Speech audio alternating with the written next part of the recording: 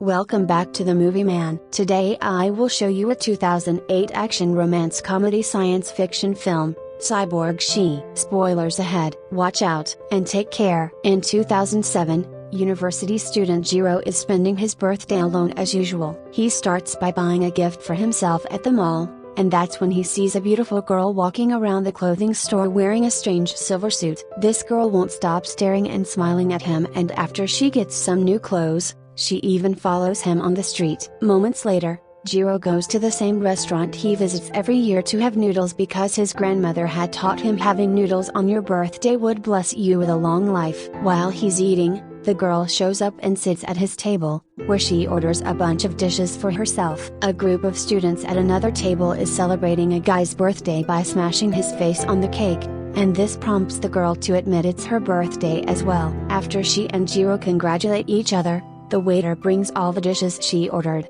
and Jiro can only watch in shock how the girl eats absolutely everything without hesitation. The final bill is quite expensive, but the girl promises to take care of it and sends Jiro outside. But seconds later, Jiro learns that the girl's method is to run without paying. The pair runs downtown, where they steal a couple of apples from a seller's basket to enjoy the juicy taste, but their glee is interrupted when the waiter shows up and sends a cop after them. The chase begins again, and this time, Jiro and the girl sneak inside a theater to steal some costumes. While the cop mistakenly chases after a pair of actors, Jiro and the girl get to escape safely. Eventually the pair goes to Jiro's apartment, where the girl throws a rock at Jiro's window before she begins crying. She explains it was on this balcony that a guy kissed her before saying he didn't like her anymore, that she ate too much, acted crazy, and that he didn't want to see her again. Jiro assumes she means someone that lived there before him and stops her from throwing more rocks before taking her out for a walk in order for her to calm down. Sometime later,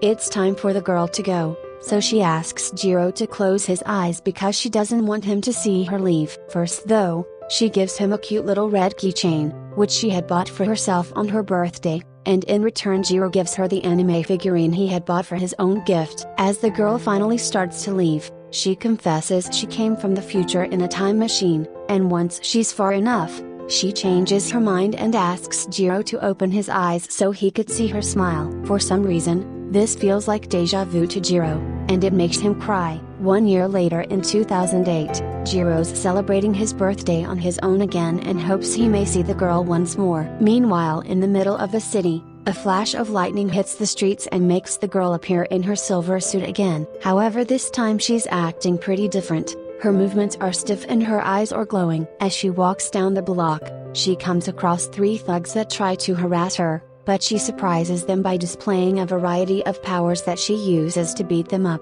like super strength, super speed, and sharp hair. After asking one of the thugs for the date, the girl goes to the mall to steal some shoes and clothes. When the clerks try to stop her, she knocks them out with dissing vision, and when a cop comes after her, she pretends to be a mannequin on display. Afterward she steals a cake and some flowers before rushing to the restaurant where Jiro is having his usual noodles to surprise him with the gifts. Jiro's very happy to see her, but he quickly gets confused when he notices how stiff and awkward her mannerisms are. Remembering the group of students they saw last year, the girl pushes Jiro's face into the cake, but before he can protest, something shocking happens. One of the clients turns out to be a crazy shooter that begins firing his weapon all over the restaurant. The girl seems to be expecting this and moves Jiro out of the bullet's way before approaching the shooter and beating him up. After throwing the criminal out the window and making him catch on fire with his own cigarette and the gasoline he had brought for his plans,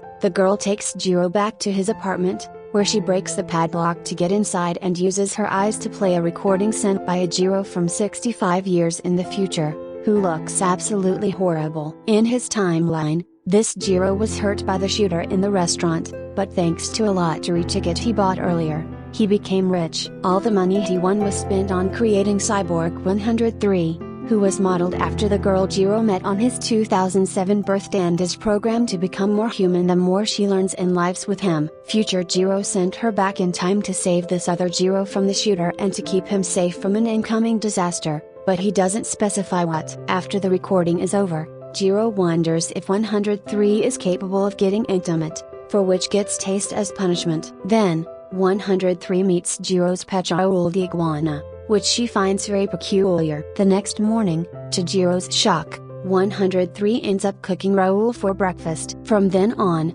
Jiro and 103 start living together, and 103 helps Jiro as much as she can. When he's late for classes, she carries him to the university building using her super speed. She also scares the teacher into not throwing chalk at his students anymore. She goes with Jiro everywhere, even when he hangs out with fellow students, and also continues to eat a lot, but trying alcohol proves to be a mistake because it makes her malfunction. Jiro works as a cashier in a fast food restaurant, where 103 sits at a table while keeping an eye on him and stealing food from customers. One afternoon, a kid crosses the street with bad timing and Jiro almost has to watch the child get hit by a vehicle, but 103 rushes out of the restaurant using her super speed to save the kid just in time. Life continues as usual for Jiro, although it's much better now with 103's help. She records his classes, helps him with any little problem he may have, and refuses to take the bed option for falling into sleep mode while standing near the window for extra safety. In return, Jiro buys her food,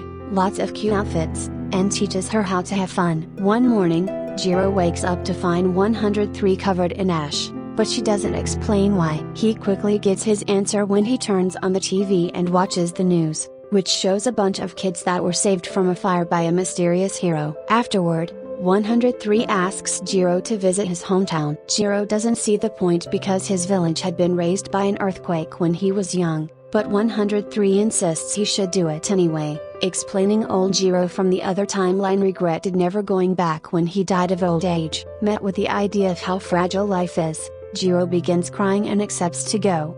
103 takes him there on a bus that does something funny on the way, and she makes him promise not to speak to anyone in the village once they arrive. Jiro is shocked to find his hometown exactly as he remembers it, including the people. His friends still look like kids and the old people are still alive. Keeping his mouth shut as promised, Jiro enjoys watching the traditional festival and eventually sees himself as a child, finally understanding that 103 has brought him back in time. He also gets to see his first Raoul, who was a cat, and his grandmother, who raised him as his own kid. Later in life Jiro learned that his grandmother was actually his mother, but she had him as an older woman so she pretended to be his grandmother to avoid the scandal. Little Jiro is hiding a time capsule in the garden, thus present Jiro recovers it to find a family picture with a message from his younger self reminding him to become a great scientist. Thinking about messages from the future, Jiro asks 103 to tell his older self thank you when she returns, and while 103 accepts, she looks sad and hesitant. At the end of the trip, 103 gives Jiro a piggy ride the same way his grandmother used to. He isn't sure if it was because of 103's cold back or the side effects of time traveling, but when Jiro returns home, he's feeling sick and must stay in a hospital for a while. 103 stays by the window in this room the same way she used to do at home, and as Jiro watches her, he realizes he's starting to fall in love with her. One morning, Jiro turns on the news and watches how 103 saves a group of teachers and students from a mad shooter that broke into a school to take hostages. When 103 returns to the hospital room, Jiro hugs her as thanks, and 103 finally explains why she keeps saving people. The kid on the street, the fire, and this school shooter were all deaths that future Jiro had to watch and left a very painful mark on him, so he asked 103 to save present Jiro from having to go through to the same. In the evening, the pair returns home and while watching the stars on the balcony, Jiro kisses 103. She doesn't mind, but she admits she doesn't feel anything either, which makes Jiro angry and he refuses to try again when 103 offers. Later when 103 has entered sleep mode, Jiro apologizes to her, but he's still unsure of what to do. He knows he shouldn't expect human things from her, but he wishes that if she can't express love, she would at least say she can feel his heart. Living with 103 while being in love with her becomes very frustrating for Jiro and his feelings, so he decides to go dancing with another girl to try to make her jealous. This ends up backfiring on him because a guy asks 103 to dance with him instead, and since 103 is so good at doing the robot, she gets the attention of everyone in the club, thus Jiro becomes the jealous one in the end. Irritated, Jiro leaves the club with his dancing partner, telling her 103 is his bodyguard to avoid the girl minding the cyborg following them everywhere. When Jiro kisses this girl, He's slapped for being too forward with someone he just met, and this triggers 103 into coming to his defense. She throws the girl into a water fountain, explaining it's because she hit Jiro, but Jiro accuses 103 of being jealous. He's quite drunk at the moment and not thinking straight, so after throwing up on the floor, he asks 103 to stop following him. He's tired of how much she eats, how hard she hits, and he doesn't like her anymore, meaning he doesn't want to see her ever again. For his final goodbye, Jiro makes 103 close her eyes in order for him to leave without her knowing where. The following morning, Jiro regrets everything he said and blames it on the alcohol, but he can't apologize because 103 isn't around anymore. His life becomes boring once more, and his teacher can now bully him again because nobody will protect him. Jiro can't stop missing 103 all the time, especially when he notices the details she left behind, like bringing Raoul the cat from the past so Jiro can have a new pet. One afternoon, a very strong earthquake hits the city. As Jiro's building starts crumbling down, he thinks he's going to die, but 103 appears just in time to save him. Jiro hugs her as thanks, expressing how much he's missed her. But there's no time for feelings, they need to reach a safe place because the whole city is being utterly destroyed. As they run away, 103 makes sure to keep Jiro safe, even pushing away a truck when one almost runs over them. However, when a building falls down, it's too much weight for even 103, and after pushing Jiro away she ends up trapped under all the debris. Jiro falls into a crater and barely manages to hold on to a broken pipe to avoid death.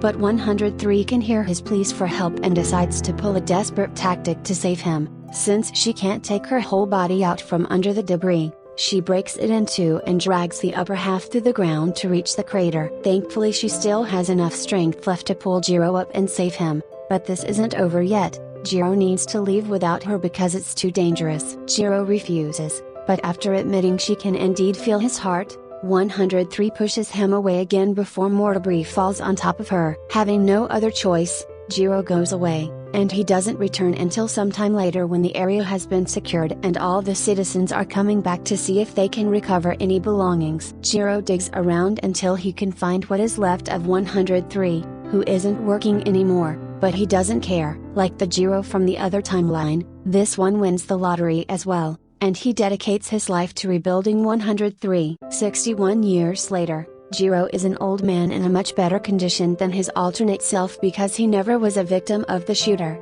and not only he rebuilds 103 with her memories and her ability to feel his heart, but he also builds 3 more like her. When Jiro dies of old age, 103 is sent to a museum. Years later, in 2133, 103 is seen at the museum by the girl from the beginning of the story. She can't understand why a random cyborg from 60 years ago looks like her, so when the museum holds an auction, the girl buys 103, who comes with the red keychain that Jiro had. Then, the girl transfers 103's memories to her own mind, learning about everything that happened with Jiro and making her want to meet him. After buying a permission to time travel, the girl travels all the way back to 2007, explaining the first birthday Jiro saw her, because she wanted to meet him before the cyborg would change his life. Seeing the city and the culture before it was hit by the earthquake is quite a shock for her, and it explains why the girl asks for lots of dishes and steals apples,